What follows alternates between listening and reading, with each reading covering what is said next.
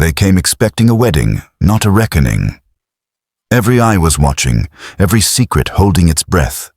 One ring, one moment, one choice that would change everything. No one knew. The wedding would never be finished.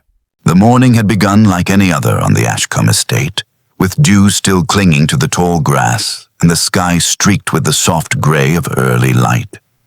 A faint mist coiled in the hollows of the land, lifting slowly as the sun struggled to break through. The fields were quiet, save for the occasional bleating of sheep or the distant whistle of a farmhand beginning his day. Duke Edward Ashcombe rode alone, far from the polished gravel of the estate grounds or the rose-trimmed gardens where footmen waited with polished boots and white gloves. Here, on a winding country path that dipped gently through open pasture and sloped down toward a forgotten cluster of stone cottages, Edward found the solitude he craved. His mount, a dark, powerful gelding named Harrow, responded to the lightest touch. Edward had ridden since childhood, trained not just for elegance but for control. On a horse, he was free from expectations. He didn't have to speak, perform, or please. The weight of his name, Ashcombe, was lighter here, in the open air. That morning, he rode with purpose. The speed of the wind against his face, the sound of hooves drumming the earth, it pushed thought away.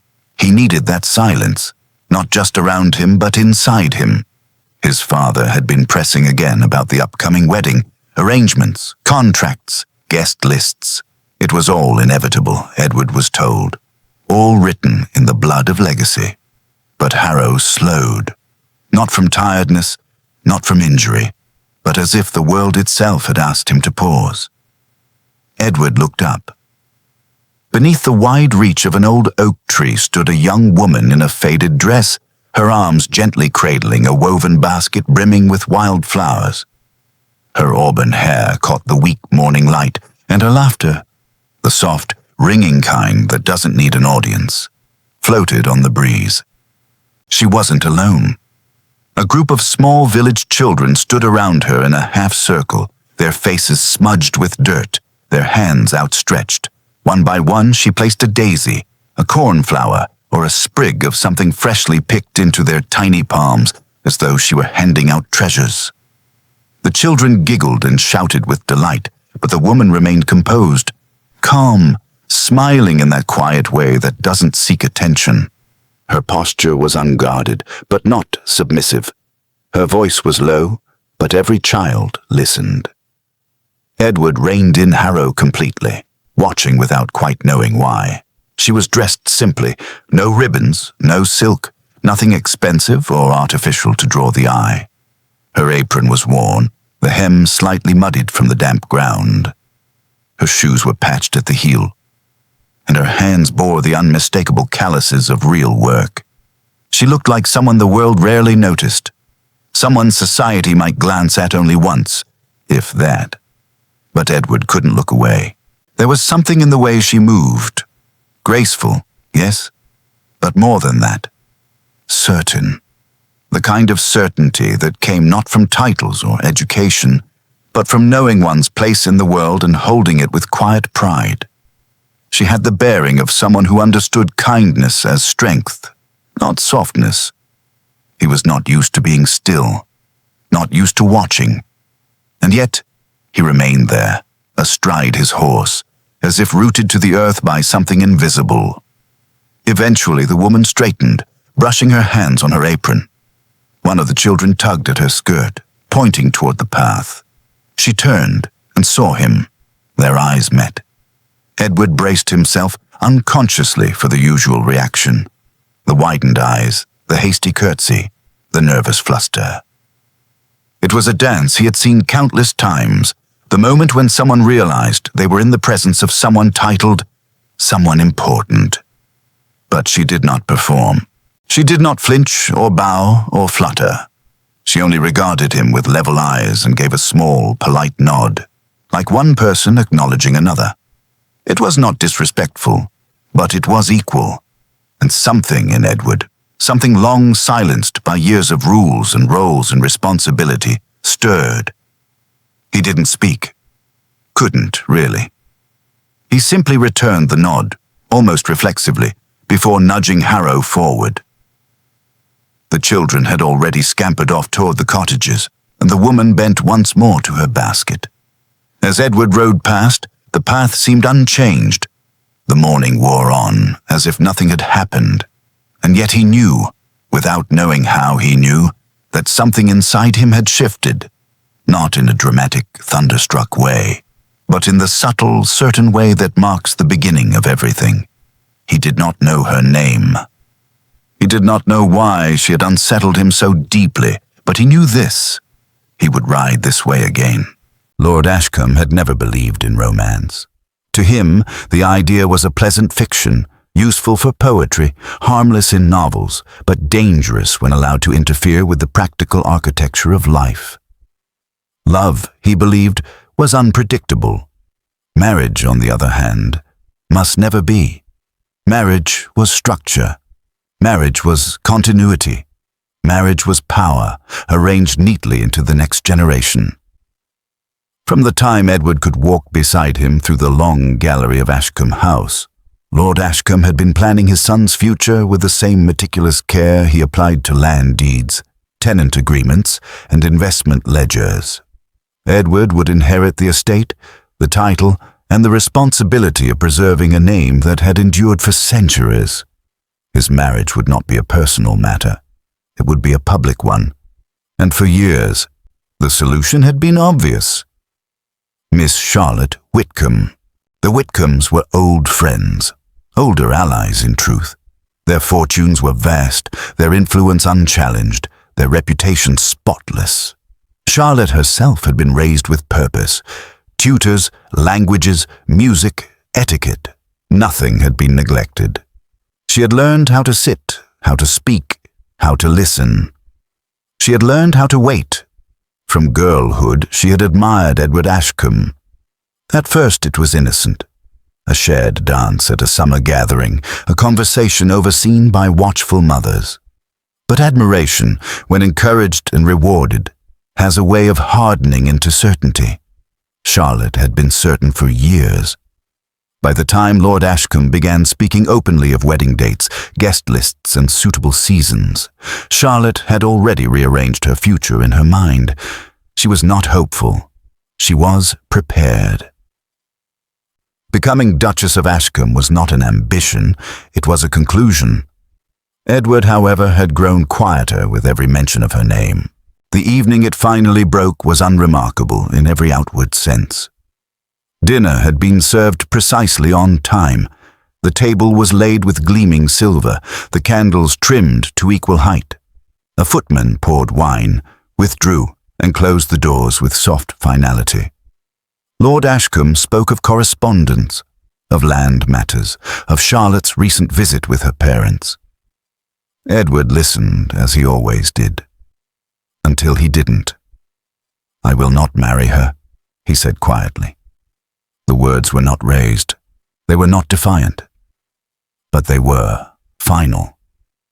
For a moment, the only sound in the vast dining room was the faint crackle of the fire.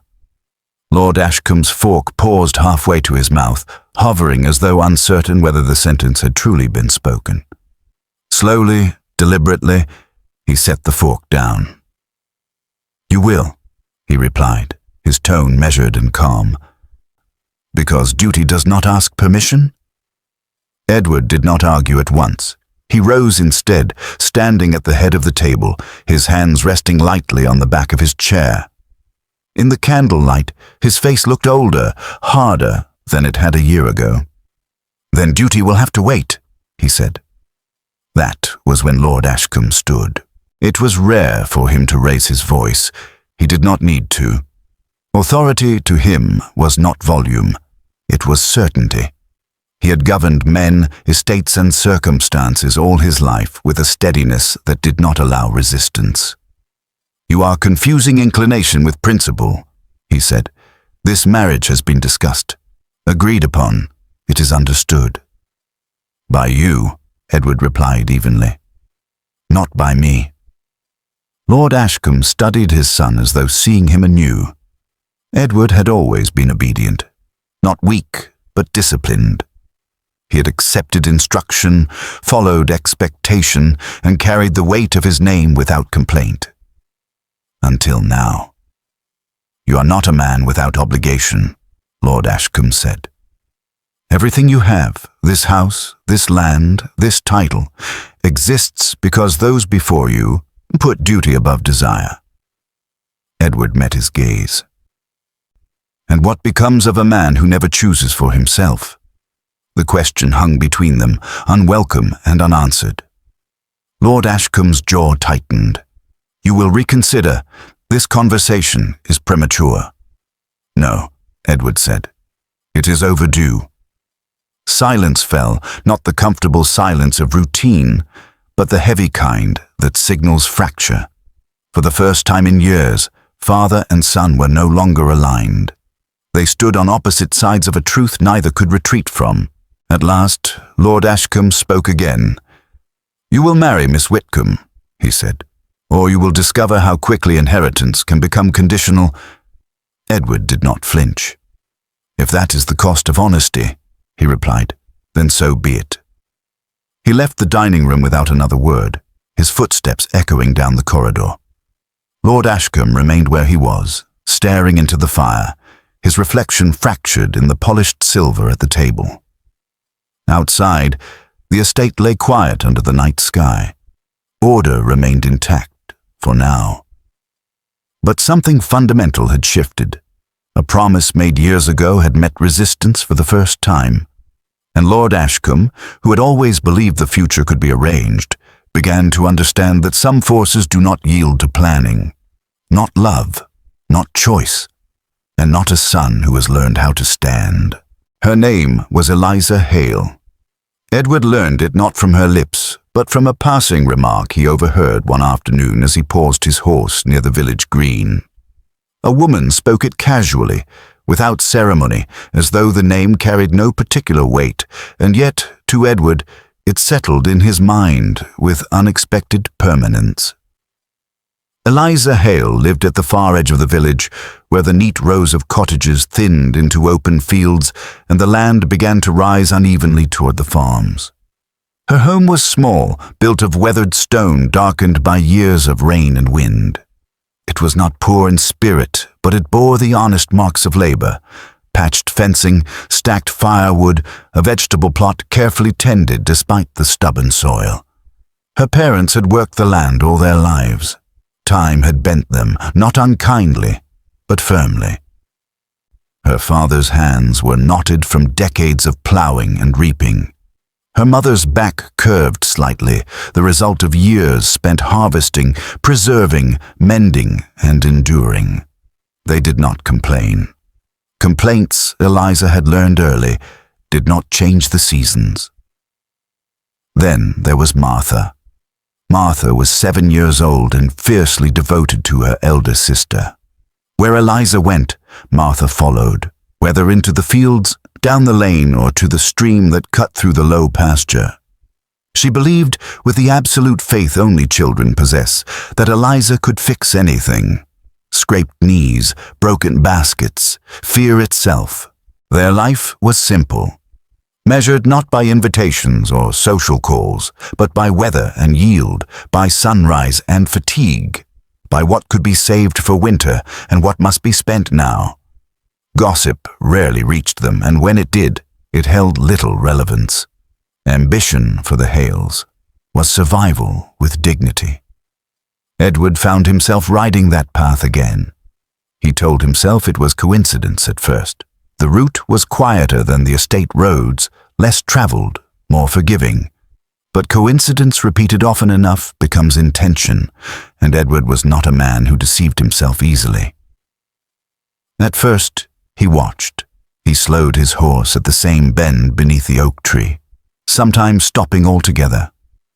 Eliza was often there, sometimes alone, sometimes with Martha, sometimes with children from neighboring cottages. She worked steadily, without haste. Her movements efficient but unhurried. There was no performance in her labor, no sense that she wished to be seen. And yet Edward saw her. Days passed. then weeks. One afternoon, the wind shifted, carrying the smell of cut grass and damp earth. Edward reined in his horse, feeling the familiar hesitation settle in his chest. He could continue riding, he often did, but something, curiosity perhaps, or courage finally overtaking caution, held him still. "Eliza," he said. She looked up at once, unsurprised. Perhaps she had noticed him long before he spoke. People who work the land learn awareness early. "Yes," she replied. Her voice was calm, not timid, not bold, simply present. Edward dismounted, keeping a respectful distance. He did not introduce himself. He did not offer his name or his title. He spoke instead of the weather, of the condition of the fields, of how dry the summer had been. She answered him easily. Their conversations remained like that, measured, careful, honest. They spoke of ordinary things, crops, horses, Martha's stubborn refusal to stay indoors. Nothing that required explanation or pretense. Edward did not tell her he was a duke, and Eliza did not ask. She might have suspected. His bearing marked him as someone accustomed to authority. His horse alone was worth more than most men earned in years. But Eliza had learned long ago that curiosity was not always useful. People were what they were in the moment they stood before you. Nothing more was required. With Eliza, Edward discovered something he had not known he was missing. Freedom. He was not an heir in her presence, not a future duke weighed down by alliances and expectations, not a promise spoken of in drawing rooms by people who did not know him at all. He was simply a man who rode too often and spoke too little. Eliza listened without judgment. She did not seek to impress him. She did not adjust her words to suit what she thought he wished to hear. When she disagreed, she said so quietly and without apology. When she laughed, it was genuine, brief, unguarded. Edward found himself staying longer each time, and Eliza, who had known hardship all her life, noticed things he did not say. She noticed how his shoulders eased when he dismounted, how his gaze lingered not on her, but on the fields, as though he were trying to memorize something he feared losing. She noticed the restraint in him, the careful way he held himself, like someone accustomed to being watched, even when alone. Loneliness wears many disguises. Eliza had known its rougher forms, the absence of ease, the quiet fear of illness, the weight of responsibility pressing too early upon young shoulders. Edward's loneliness was different, dressed in fine cloth and inherited certainty. But it was loneliness all the same. They did not speak of the future.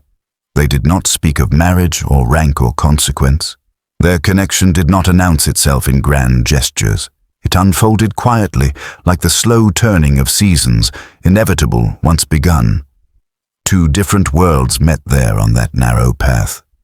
Not through ambition, not through design, but through recognition. And neither of them yet understood how costly that recognition would become. Humiliation is a dangerous thing when paired with power. Charlotte Whitcomb had never imagined rejection as a possibility.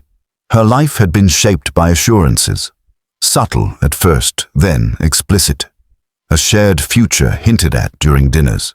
A seat beside Edward at gatherings. The quiet understanding between families that this union was not a question, but a conclusion waiting for the appropriate season. So when she learned that Edward had refused her, not for another woman of equal standing, but for a girl from the fields, the humiliation was total. It did not break her, it sharpened her. Charlotte did not confront Edward immediately. She did not plead or accuse. That would have suggested vulnerability, and Charlotte Whitcomb had been trained better than that. Instead, she observed. She listened. She gathered certainty piece by piece until it hardened into purpose. If Edward would not choose ambition, she would remove the alternative. Her visits to the village were innocent enough at first. She arrived in a polished carriage, her appearance flawless, her manners impeccable. She spoke kindly to neighbors, offered small coins to children, complimented gardens she did not care about. To any observer, she was benevolence embodied. Eliza noticed her at once. Charlotte's smiles were too measured. Her eyes lingered too long. Her questions were wrapped in courtesy but edged with intent. She spoke Eliza's name often, as though tasting it, weighing it.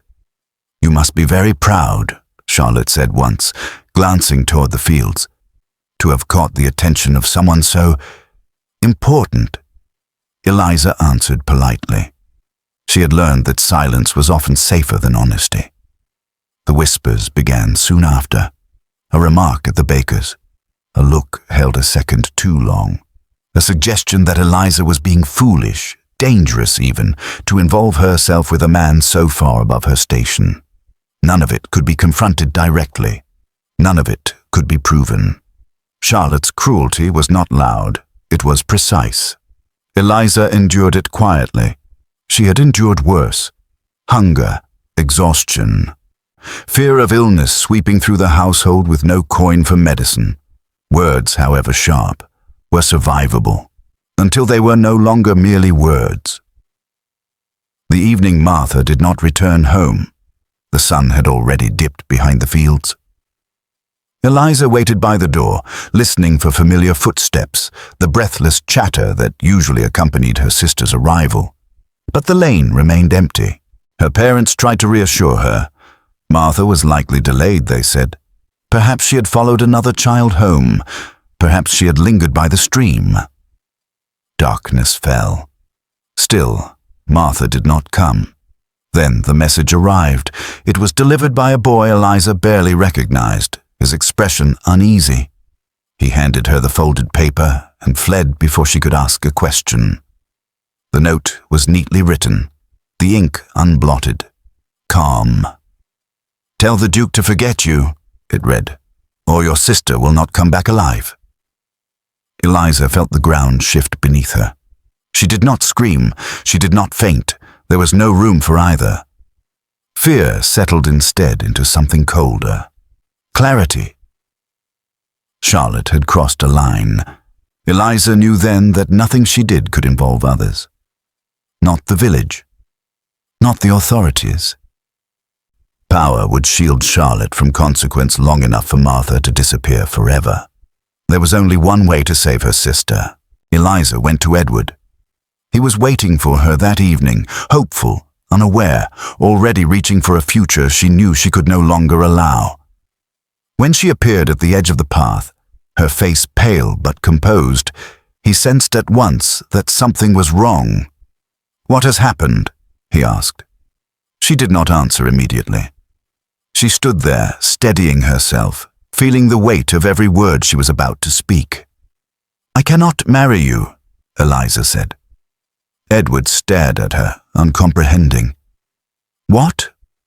Her voice did not waver, though her hands trembled. "You must marry Miss Whitcomb." The words were knives, each one cut deeper than the last. Edward stepped closer. "Eliza, this makes no sense. Has someone spoken to you? Has something frightened you?" She shook her head. He searched her face, desperate for an explanation, for anger, for betrayal, for anything he could confront or correct. But Eliza offered him nothing. Not because she did not trust him, but because she trusted him too much to endanger Martha. "I am not who you think I am," she said softly. "This cannot continue." It was a lie, and the hardest thing she had ever spoken. Edward reached for her hand. She stepped back. The restraint in him cracked then. "If this is fair," he said, "tell me. Whatever it is, we will face it together." Eliza looked at him, really looked at him, and felt her resolve falter. But she held fast. Love, she understood, sometimes demanded cruelty. "I have made my decision," she said. "Please respect it." There was no accusation in her tone, no anger, only finality. Edward let his hand fall. Because he loved her. He did not force her to explain. Because he loved her, he let her go. He watched her walk away down the path, believing he had lost her by some failing he could not name, never knowing the price she paid for his safety or the terror she carried back to her empty home. Eliza did not cry until she was alone. That night, Charlotte Whitcomb slept easily, and somewhere in the darkness, Martha waited. The church was filled to the doors, not with faith, but with expectation. Society had gathered in full force, rows of well-dressed men in stiff cravats and women in gleaming pearls and embroidered silks. The air shimmered with perfume and curiosity, the kind that feeds on spectacle. No one had come solely to celebrate. They had come to witness. After all, it wasn't every day a scandal was buried under lace and vows.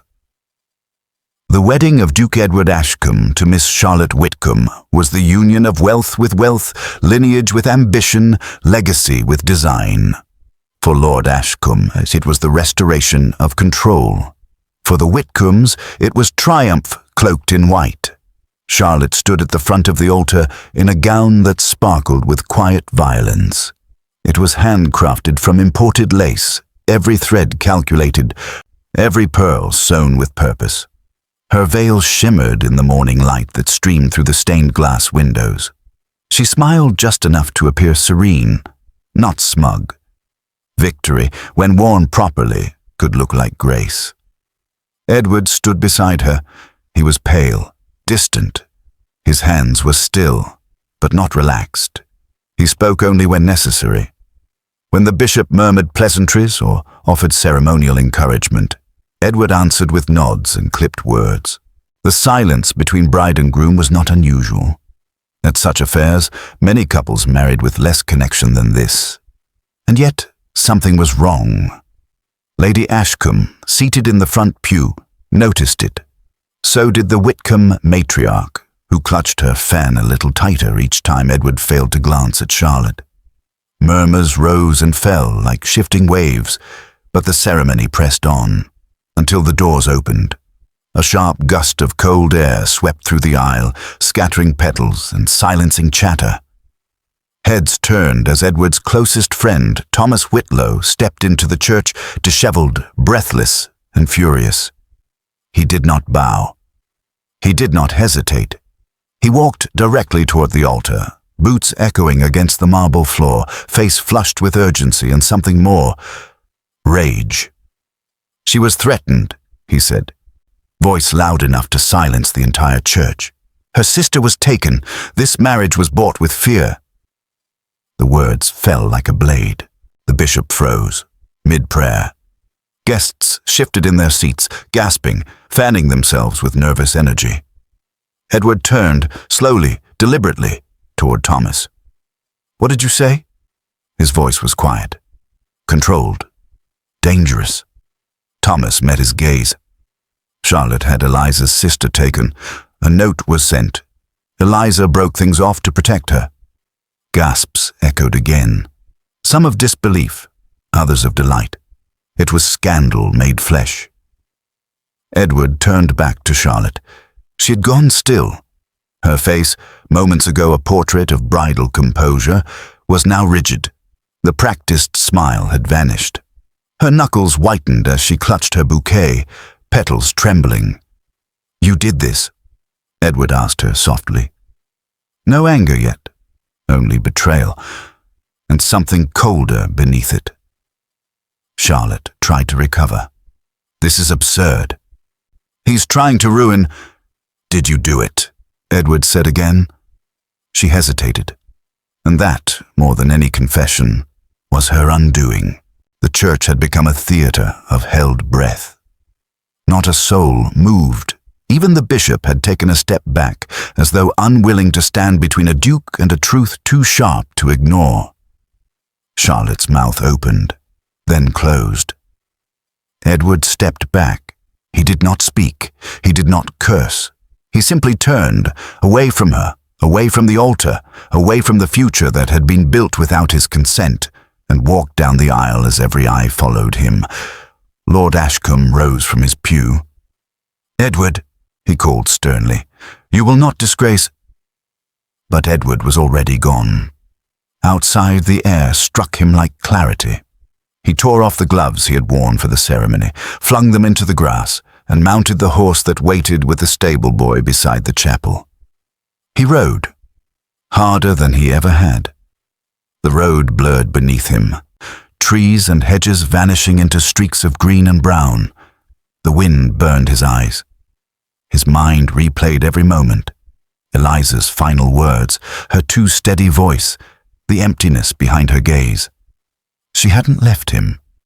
She had protected him. She had protected Martha. By the time he reached the village, his horse was lathered with sweat, his coat dust-covered, his heart a furnace. He didn't knock at the Hale cottage door.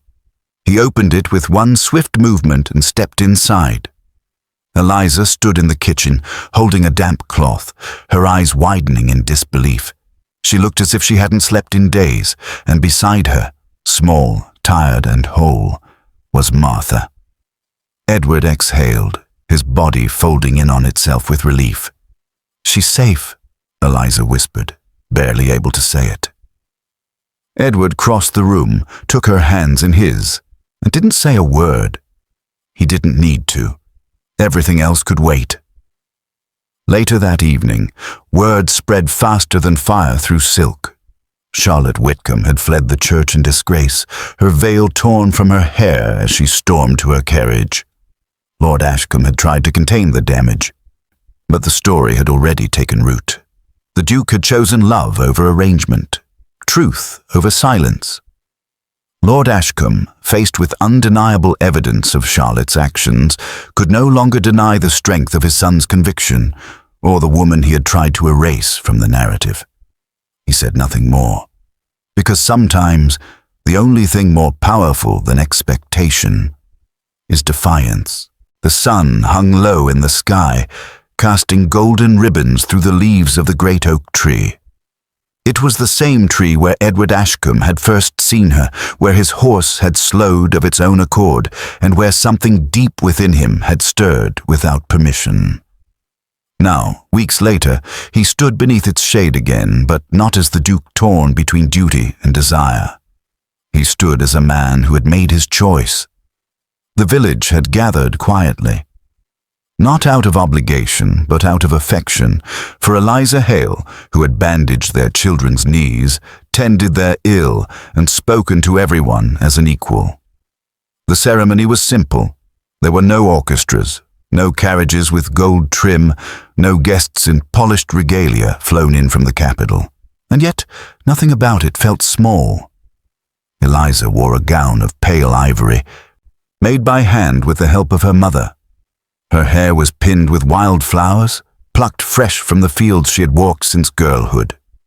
Her sister Martha stood beside her, holding her hand until the last moment, eyes shining with a joy too large for her small frame. Edward wore no medals, no ceremonial sash, just a tailored coat, simple and dark, and eyes fixed only on her. He did not look back toward the path that had brought him here. The shattered wedding, his father's silent withdrawal, the final conversation in which he had declared, without anger but with certainty, "If I must lose title to keep her, I will, and I will not regret it." To Edward's quiet surprise, Lord Ashcombe had not protested.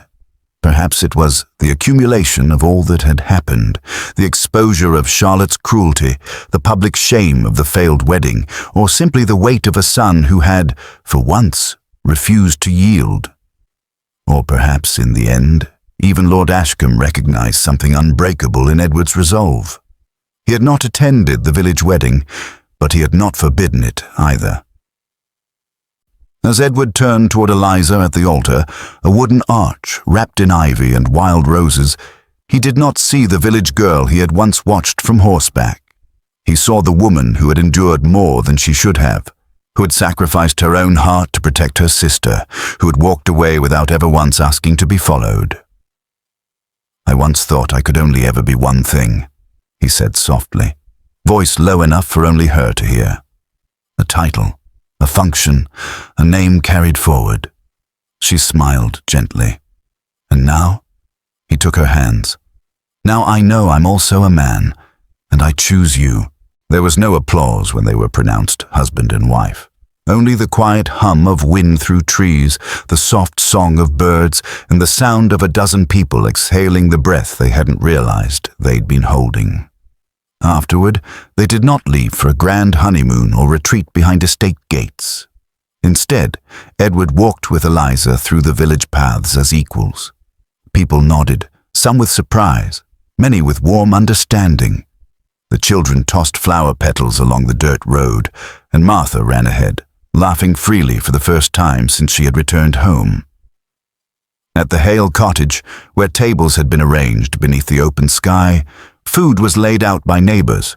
Simple dishes, fresh bread, roasted vegetables, stew warmed in iron pots. It was not a feast for nobles, but it was made with love. And Edward could not remember a meal that had ever tasted more sincere. Later, when the sky turned lavender and the stars began to emerge, Eliza stepped away from the crowd and found Edward standing near the edge of the fields. He turned as she approached, eyes soft. "Are you happy?" she asked. He nodded. "Yes, but more than that, I feel real." For the first time in years, she moved beside him, shoulder brushing his. "It frightens me sometimes, how much we had to lose to get here. And yet we're here," he said, reaching for her hand. "Not as Duke and poor girl, but as two people who refuse to let the world define them." They stood in silence for a moment, the kind that belongs only to those who have earned it. Behind them, the sounds of laughter and clinking cups carried across the fields. But in that moment, it was just them. Edward had once been taught that the strength of a man was measured in inheritance, in property, in the power to command. But now, as he stood beneath the stars with the woman who had once looked him in the eye and offered him nothing but truth, he knew better. Love had not made Eliza rich, but it had made him free. The Duke who had once ruled by duty had chosen something far more lasting. Not obedience, not alliance, but courage, the courage to choose his own heart, and that, he knew, would be the legacy worth leaving.